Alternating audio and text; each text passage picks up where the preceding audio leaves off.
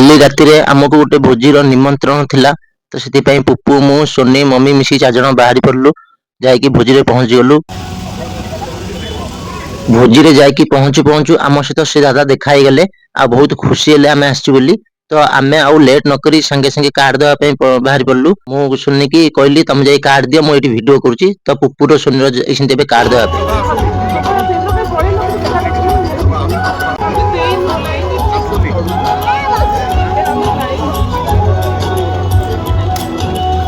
बाहागर मत सब भल लगे जो स्टेज टा जमी सजा होता बहुत लोक भी आसते पूरा लाइटिंग पूरा चारियाडे पर लाइटिंग थिला आउ चारियाडे भी कैमरा लगी बहुत मजा लगे।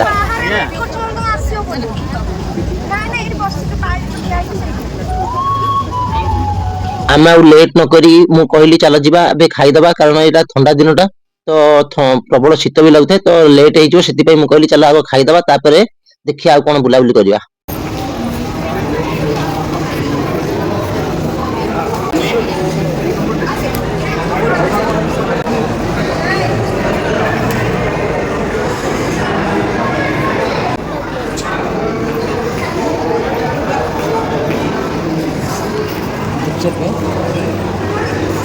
जो खाइबार आयोजन होता बहुत बड़ जगह थिला माने बहुत स्पेस थिला किंतु जिते बड़ जगह थिला सेते भी अधिका लोक आसते।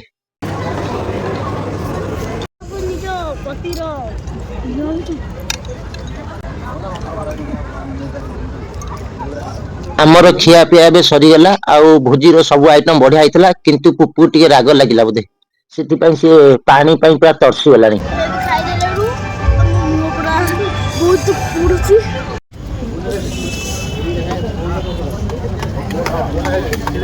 आम खिया पिया सारा फेरुलु देखिलु गोटे जगह लोक मैंने गदा तो कौन गदा देखला बेलू से छेना बर्फी दिया तो आम पुपुर मोर गोटे गोटे कप छेना बर्फी आनिकी मजा करदेलु।